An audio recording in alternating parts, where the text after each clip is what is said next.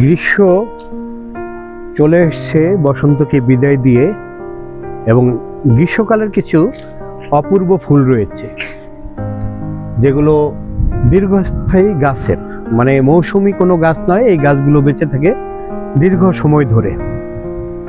আমরা দেখাচ্ছি অপূর্ব মুসন্ডা ফুলকে। এই ফুলটি বিভিন্ন রঙের হয়, সাদা, গোলাপি, এবং এটি হচ্ছে একদমই ডিপ রেড।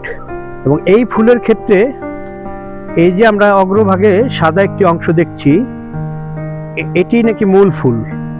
আমার ক্যামেরা ধরতে পারছে না, বেশ চঞ্চল, বাতাসে দুলছে। এই যে সাদা অংশটি বেশ মুগ্ধকর, যে কারো মন ভালো হয়ে যাবে এই ফুল দেখলে। তোমার কি ভালো লাগছে মাইশা? ফুলগুলো অনেক সুন্দর। ফুলগুলো আসলে অনেক সুন্দর।